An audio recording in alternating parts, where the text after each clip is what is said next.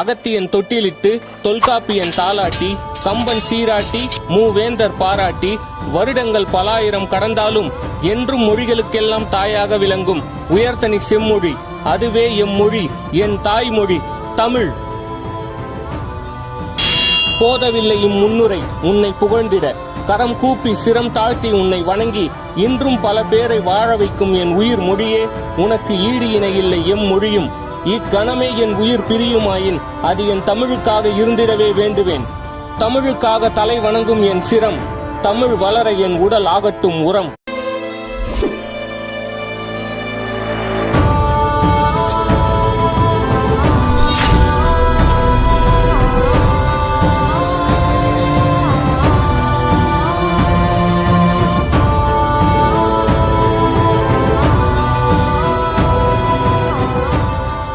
வீடியோக்குள்ளே போகிறதுக்கு முன்னாடி this video sponsored by genreviews.online. இந்த genreviews.onlineல உங்களால் டாப் அண்ட் லேட்டஸ்ட் ரிவ்யூஸை எல்லா ப்ராடக்ட்டுக்குமே பார்த்துக்க முடியும். ஸோ நீங்கள் ஒரு ப்ராடக்ட் பை பண்ணணும் அப்படின்னு நினைக்கிறீங்க அப்படின்னா genreviews.online இந்த வெப்சைட்டில் வந்து ஒன்ஸ் அந்த ப்ராடக்ட்டோட ரிவ்யூஸ் எல்லாத்தையுமே விசிட் பண்ணி பார்த்துட்டு அதுக்கப்புறமா அந்த ப்ராடக்ட்டை நீங்கள் பை பண்ணும்போது உங்களால் ஒரு வேல்யூபிள் ப்ராடக்ட்டை பை பண்ண முடியும். சரிங்களா? ஸோ லிங்க் கீழே டிஸ்கிரிப்ஷனில் இருக்குது, மறக்காமல் கிளிக் பண்ணி எந்த ப்ராடக்ட் வாங்க போகிறீங்களோ அந்த ப்ராடக்ட்டுக்கான ரிவ்யூஸ் எப்படி இருக்குது அப்படிங்கிறத பார்த்து தெரிஞ்சுக்கிட்டு அப்புறமா பை பண்ணிக்கோ.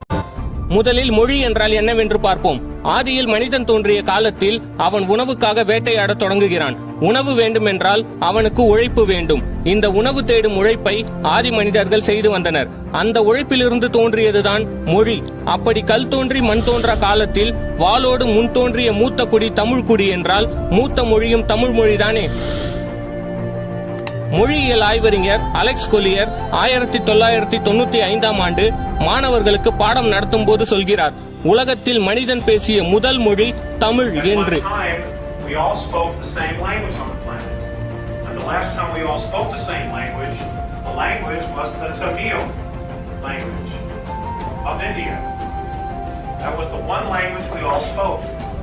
ஆனால் இப்படிப்பட்ட சிறப்பு வாய்ந்த நம் மொழி காலத்தால் சிதைந்து அழிந்து கொண்டிருப்பதை நம்மால் பார்க்க முடிகிறது.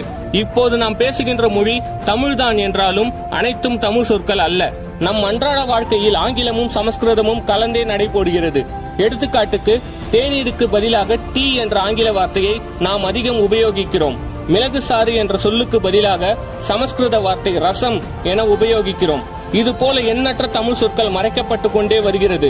நம் தமிழ் மொழி இப்போது எங்கும் இல்லாமல் போய்விட்டது. ஒரு நாட்டை அழிக்க என்ன செய்வது என கயவர்கள் ஆராய்ந்து பார்க்கிறார்கள்.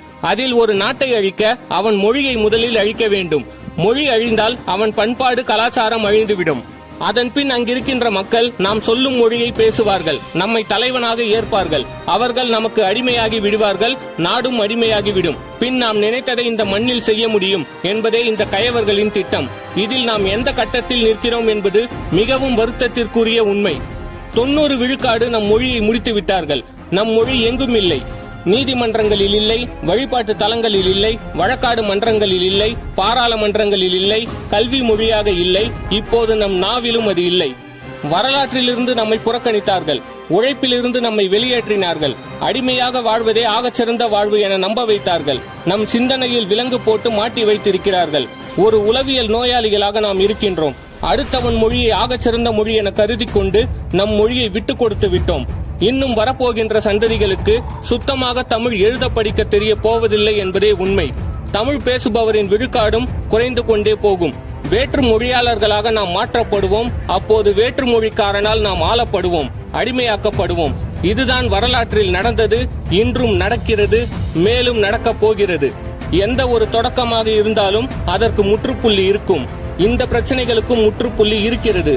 அதை நாம் தான் அறிய வேண்டும். வரலாற்றிலிருந்து மறைக்கப்பட்ட ஒரு இனத்தின் மக்கள் வரலாற்றில் இருந்துதான் எழுச்சி கொள்ள வேண்டும். வரலாற்றில் நாம் எங்கு வீழ்ந்தோம் என பார்க்க வேண்டும். எடுத்துக்காட்டுக்கு, வேலு நாச்சியார் என நமது வீரப்பாட்டி எதிரி படைக்கு சிம்ம சொப்பனமாக விளங்கினார். ஜான்சி ராணி என்ற வடநாட்டு வீராங்கனையும் அப்படித்தான் இருந்தார். ஆனால் வேலு நாச்சியார் ஜான்சி ராணிக்கு முன்பே 35 ஆண்டுகளுக்கு முன் பிறந்தவர். ஆனால் வேலு நாச்சியாரை தென்னாட்டின் ஜான்சி ராணி என குறிப்பிடுகின்றனர். நியாயப்படி பார்த்தால் ஜான்சி ராணியை தான் வடநாட்டின் வேலு நாச்சியார் என குறிப்பிட வேண்டும். இப்படி பல விஷயங்களில் நாம் மறைக்கப்பட்டுள்ளோம். ராவணனை தீய குணமுடையவன் என்றார்கள், வீரப்பனை தீவிரவாதி என்றார்கள், பிரபாகரனை பயங்கரவாதி என்றார்கள். இப்படித்தான் வரலாறு நமக்கு தவறாக கற்பிக்கப்பட்டுள்ளது. இதற்கு ஒரே ஒரு தீர்வு மட்டுமே உண்டு. நாம் நம் உண்மையான வரலாற்றை தெரிந்து கொண்டு அதை அடுத்த தலைமுறைக்கும் கடத்த வேண்டும். அடுத்த தலைமுறை பிள்ளைகளை அவர்களுக்கு அடுத்த தலைமுறை பிள்ளைகளுக்கும் கடத்த சொல்ல வேண்டும். அது மட்டுமல்லாமல் நம்மால் முடிந்தவரை தமிழ் மொழியை பேச வேண்டும், தமிழை எழுத வேண்டும். நம்மை ஒரு சேர இணைக்கும் ஒரே மொழி, ஒரே ஆயுதம் நம் மொழி தமிழ் மட்டுமே. அதிகாரத்தை தமிழ் மகனிடம் கொடுப்போம். தமிழுக்காக யார் பேசுகிறார்கள் என பார்த்து அவற்றை ஆராய்ந்து அவர் உண்மையாகவே தமிழுக்கும் தமிழருக்கும் தமிழ்நாட்டுக்கும் நல்லது செய்வாரா என தெளிவடைந்த பின்பு அவருக்கு அதிகாரம் கொடுப்போம். ஏனென்றால் தலைவன் எவ்வழியோ குடிகள் அவ்வழியே இருப்பார்கள்.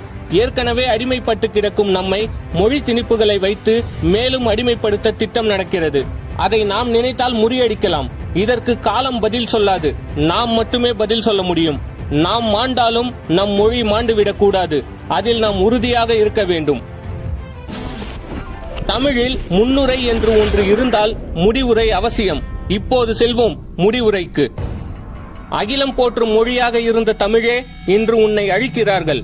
ஆதித்தமிழன் நாவில் அசைந்தாடிய அழகே இன்று உன்னை சிதைக்கிறார்கள். எழுத்துகளுக்கும் உயிர் கொடுத்த என் உயிரே இன்று உன் உயிரை எடுக்க பார்க்கிறார்கள். ஆனால் விட்டு விடுவோமா உன்னை அவ்வளவு எளிதில்? இன்றொரு சபதம் எடுக்கிறோம்.